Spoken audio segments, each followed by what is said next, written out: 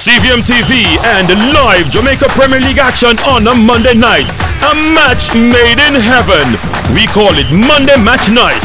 Catch all the hard-pounding JPL Monday night action from now until the end of the season on CVM TV's Monday Match Night. Matchday Mondays at 7:45 p.m. with a rebroadcast Tuesdays at 10 a.m. Nothing else can quite match up. Monday Match Night, powered by Sunshine Snacks and ABC Electrical.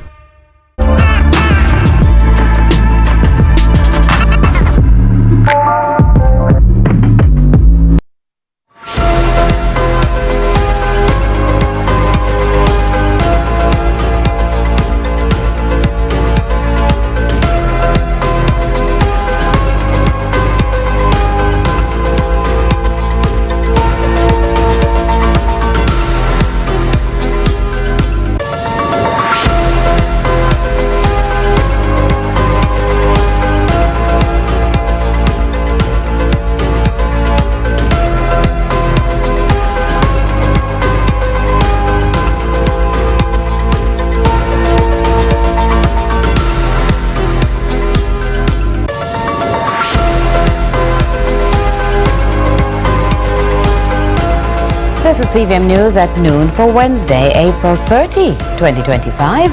I am Curlin Brown. Good day to you. The People's National Party, the PNP, has stamped its position on the new Jamaica Teaching Council bill, a move it says it will discourage teachers rather than encourage them. Member of Parliament candidate for St. James West Central, Dr. Andre Haughton, shares his recommendation. I don't think the Act caters to the needs of our teachers both in the short term and the long term. It does not provide for medical emergencies. It does not provide for maternal or paternity leave. And if there is a family crisis, what will our teachers do? Rural access limitations also? Come on, we have to do better. We recommend the following. 1, we want to extend the licensing period from the current 5 years to 10 years. 2, we want the JTC to be funded by government subventions and not teachers' licensing or renewal fees.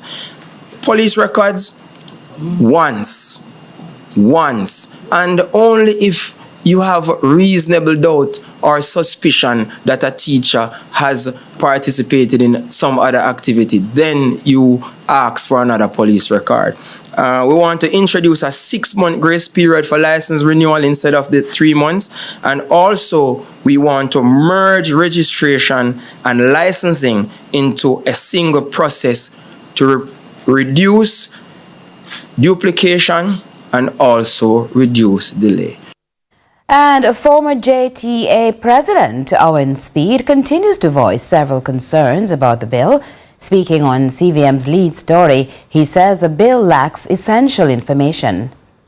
What you need to know, George, is that there are many people on the council who has never set foot in a teacher's college, much less in a classroom to teach. They don't understand teaching any at all. I want to tell you that. And let me go further to tell you that what they have as descriptor for competence to teach is so subjective that they are using the ad hoc kind of professional development sessions that go on in schools in Jamaica, across the length and breadth of Jamaica, ad hoc, where one school, it's not standardized any at all. One school could decide they want to do this as PD, another school decides, and right around Jamaica, that's how it is structured.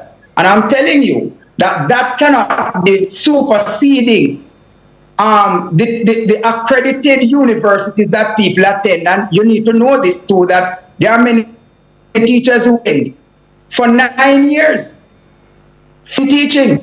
They train to become a teacher for 9 years. They did the diploma first for 3 years. Then they do 4 more years for bachelor's and maybe 2 or 3 for masters. It's a lot of years that many teachers train themselves. Yes. And what you're doing with this bill, you are saying to people, we are going to use your ongoing professional development certification, and that should supersede the people's years of training.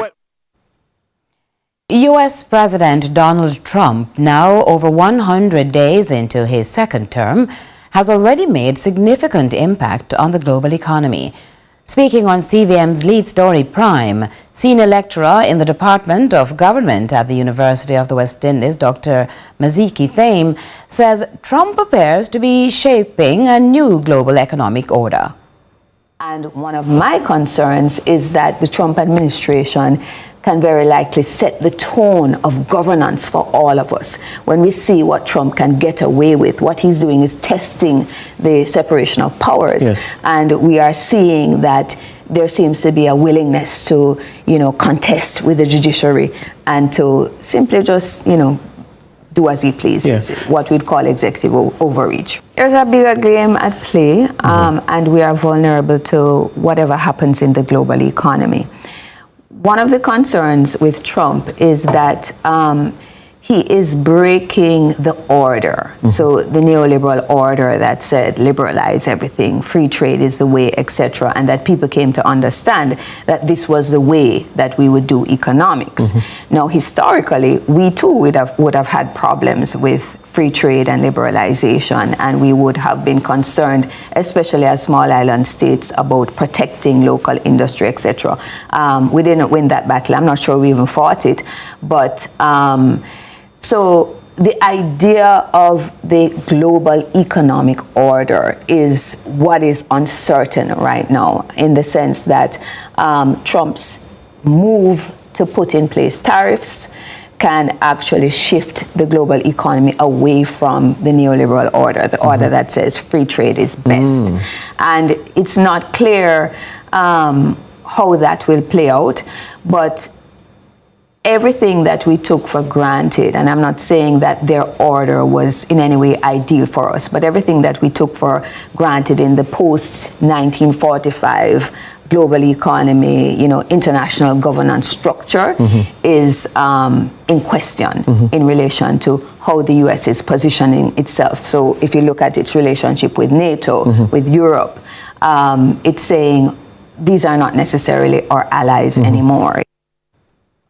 Education Minister Senator Dana Morris Dixon is acknowledging key challenges after 60% of students targeted for the December 2024 math camps failed to attend. Speaking on the issue in Wednesday's post-cabinet press briefing, the minister cited low parental engagement and the lack of nutritional support as major obstacles to participation. She also notes while some schools had better turnout than others, the ministry learned that providing meals directly impacted attendance. The campus, designed to support students sitting the CSEC and City and Guilds exams in June 2025, marked the first year of targeted interventions under the National School Learning and Intervention Plan. That is something that we have to work on in the ministry. How do we better engage parents? It may mean going into the communities more and not just an email from school. That maybe if we had lunch every day, they would have more participation. And so we're going to be looking at it, and in some of the programs we did provide lunch and we saw the numbers higher for those. So we know one lesson we've learned. Let's talk about nutrition, and the nutrition element is really big. It's really a detractor from our students coming to learn. Now, Jamaica may soon have its own digital addressing system to rival international postal codes, thanks to a new innovation from Y Smart Data. The company's smart codes, currently in a pilot phase, aim to assign unique digital identifiers to every property in the country, improving access to e-commerce, emergency services, and government planning. Chief Product Officer Natalie Bennett explains the system will provide inclusion for services and enhance national infrastructure by making data on underserved communities more accessible. The initiative is being tested at select post offices and with major partners, with a full rollout targeted for 2026. So everybody now, it's inclusive. There are people in our country that still lives at lot X in, like if you create CVM News tomorrow, it's lot number 2 CVM News, right? Some people don't even have that. What they have is you live in St. Mary's district in St. Mary PO. You have to walk and go to the post office and check to see, do I have any mail today? So what we're really doing with smart codes, it seemed like, oh, nice on a form, but what we're doing is bringing everybody to the table and inclusiveness for services. And also when you think about it, if you call the ambulance, right, for your grandmother or somebody in a rural part of Jamaica, you want to make sure they can get to that person as quickly as possible, right? And you're not on the phone going down the mango tree in the dark at night, look for the ackee tree, look for the blue house. Do stay with us for our live discussion coming up next.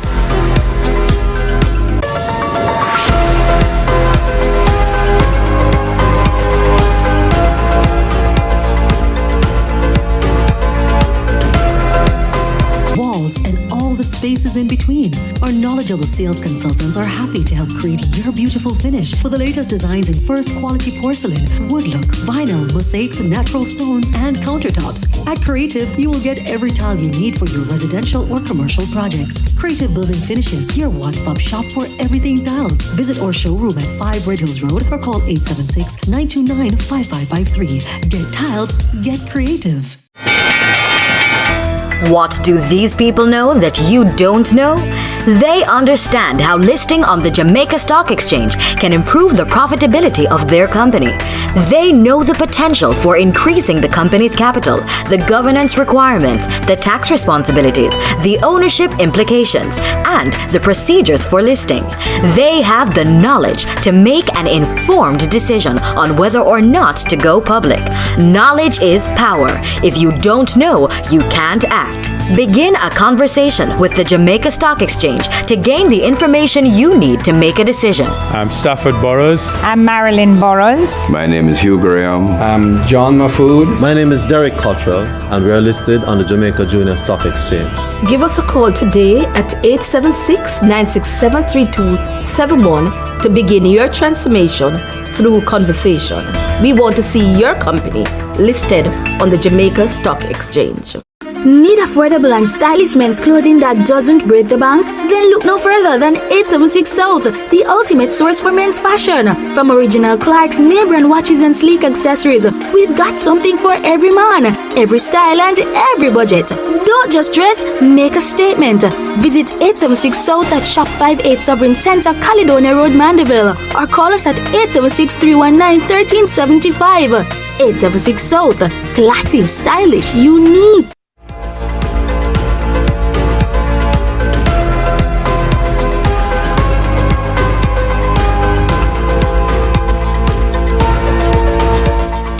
Welcome back. Thanks so much for staying with us. As promised, our discussion segment right now.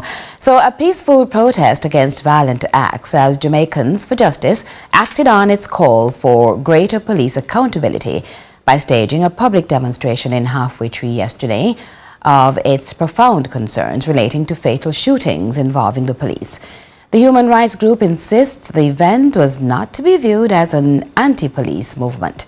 However, with over 100 police fatal shootings on record since the start of the year, the JFJ's call for greater scrutiny of those incidents or perceived delays in the full implementation of body-worn cameras during police operations were given renewed impetus as a result of yesterday's events.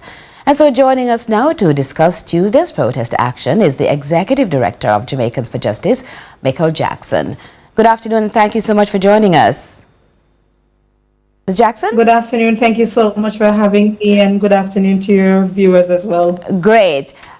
Please remind us, why did JFJ feel it necessary to stage a public protest on the issue?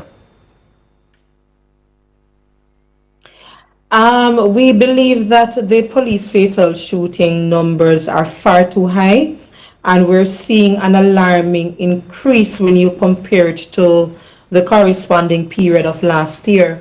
I believe at yesterday, thereabout, sometime in April, we now have 109 people killed by the police, and on average, you're talking about 150% increase compared to the previous year. Outside of that, we are getting complaints here at JFJ ourselves, where civilians are sending us videos, making statements that sometimes contradict the official accounts that law enforcement officers will give in terms of what may have occurred with a particular incident. There are some family members, for example, Romario Sterling, that was the video recording last year which showed a person kneeling down, hands behind his head, seemingly compliant, and then what sounds like gunshot was heard. And we believe that is enough of a concern for us to say that, listen, we have to amplify the lived experiences of people that we serve here at JFJ. And again, from a national perspective, when you have year-on-year increase and then this alarming jump in 2025 without body-worn cameras being worn, then it is a cause of concern for accountability. I want to ask you, so not for the first time we had the public we go to the public, but I want you to think on this question. Is there public apathy enough to say that, you know, you are getting the full support? We take a quick break and we'll be right back.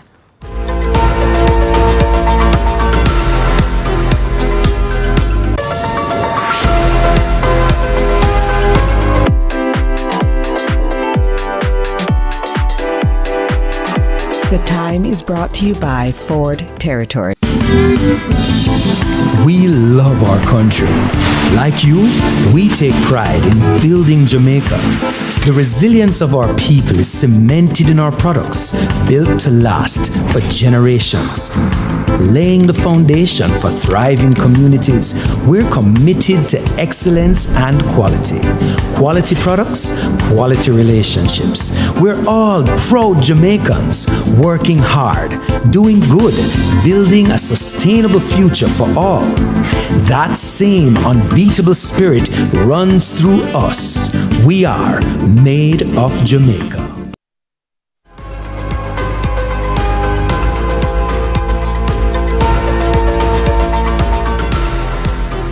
Welcome back. We're talking with the Executive Director of JFJ, Michael Jackson.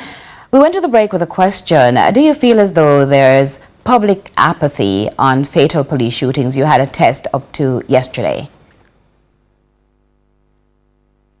Yesterday we had over 130 people coming out to support, and even if we had 10, it's enough of a solidarity based on those who weren't even allowed to come because of work schedule or financial constraints or so on, or fear in some instance. But we do believe that we have enough support. Now, to the broader issue of apathy in the country,